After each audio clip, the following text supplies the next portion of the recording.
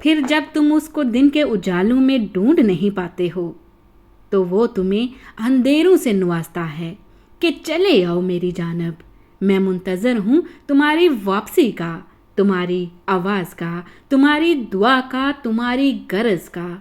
جو تمہیں بے چینی میں مبتلا کرتا ہے وہی تمہارے لیے اس بے چینی سے تقسیم بھی نکالتا ہے اور پھر وہاں سے راستے بناتا ہے جہاں سے تمہیں امید بھی نہیں ہوتی۔ راستے دکھائی نہیں دے رہے یہ اہم نہیں ہے، اہم یہ ہے کہ آپ کا یقین ہو کہ میرا اللہ راستے بنانے پر قادر ہے اور وہ ضرور راستے بنائے گا انشاءاللہ۔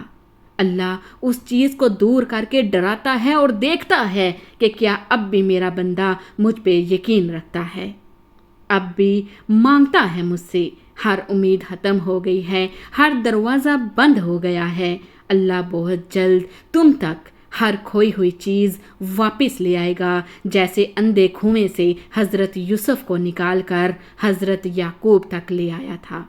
اللہ تو کاتب تقدیر ہے، وہ مٹا کر نئے سرے سے تقدیر لکھ بھی سکتا ہے، وہ جہاں سے چاہے کہانی کا رخ موڑ بھی سکتا ہے، وہ جیسے چاہے انجام کو بدل سکتا ہے۔ رب فرماتا ہے سب چھوڑ کر اللہ یقین کر لو مجھ پر، یقین کرو میں اپنے وعدوں کا بڑا سچا ہوں، وہ تمہارے دل کی حالت سے بہتر واقف ہے۔ تم بس ہر پریشانی اللہ کو بتا کر بے فکر ہو جایا کرو۔ اگر ایمان مضبوط ہو تو ہر چیز مل جایا کرتی ہے، اور جب آپ کو لگے کہ اللہ کی مدد، اللہ کا جواب نہیں آ رہا تو اپنے صبر کو مضبوطی سے تھام لینا۔ جب کچھ نظر نہ آ رہا ہو تب بھی اللہ پر توکل کر کے چلتے رہنا، عن قریب وہ ایسا دروازہ کھولے گا جس کی وسعت آپ کو حیران کر دے گی۔ جب ہر چیز الجھ گئی ہو، ہر چیز اپنی جگہ سے بکھر گئی ہو، سمیٹنے سے بھی نہ سمٹے تو ان چیزوں کو وہیں چھوڑ دینا اور اپنی دعاؤں میں شدت اختیار کرنا۔ جب تم اپنی دعاؤں میں شدت اختیار کرو گے تو ہر چیز اپنے آپ سمٹنے لگے گی۔ انتظار کی اذیت کے بعد ہی تو یعقوب علیہ السلام کو یوسف علیہ السلام سے ملوایا گیا تھا، جسے تم سزا سمجھ رہے ہو۔ اسی دیری میں تمہارے لیے بہتری چھپی ہے۔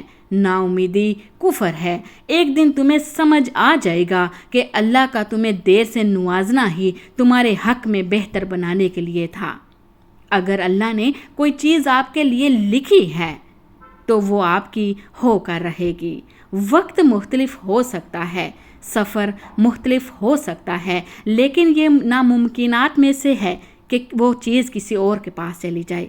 لہٰذا مطمئن رہیے، نہ کسی سے حسد کریں اور نہ کسی سے نفرت کریں۔ صاف شفاف دل اور صاف نیت کے ساتھ زندگی بسر کریں۔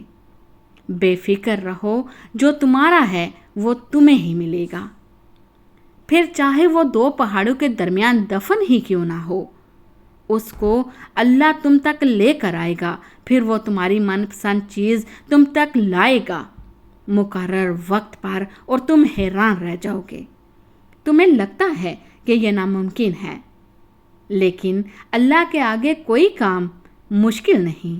وہ تمام چیزوں پر قادر ہے اور آپ کا صبر کبھی بے فائدہ نہیں جائے گا، کیونکہ وہ سب جانتا ہے۔ جب تم توکل کرتے ہو تو یہ سمجھو کہ جو مانگا ہے وہ ضرور ملے گا، لیکن کیسے ملے گا یہ سمجھنے کی کوشش نہ کرو، بلکہ صبر کرو کہ جو مانگا ہے وہ ہر صورت میں ملے گا۔ اس کے بارے میں فیصلہ کرنے والا اللہ ہے، تو اس پر بھروسہ کرو۔ تمہارا اللہ تمہاری ہر ظاہری اور پوشیدہ حالت سے واقف ہے۔ بھلے ہی یہ لوگ تمہیں نہیں سمجھتے، لیکن وہ تمہیں خوب سمجھتا ہے۔ وہ تمہارے ساتھ ہے، وہ تو ان دروازوں کو بھی کھول دیتا ہے جس پر تم دستک نہیں دیتے، پھر وہ ان دروازوں کو کیوں نہیں کھولے گا جن پر تمہارے مسلسل دستک کے نشان ہیں۔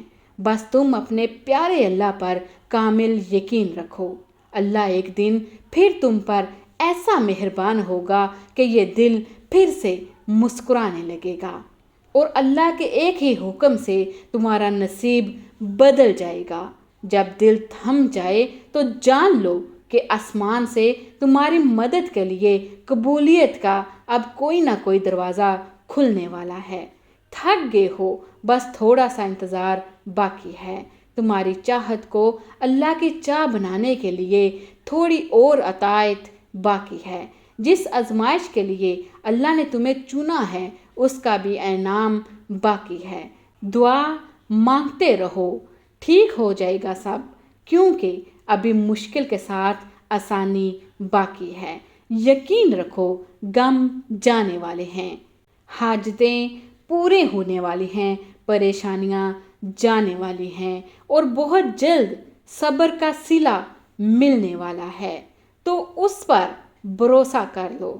تمہارا اللہ تمہاری ہر ظاہری اور پوشیدہ حالت سے واقف ہے۔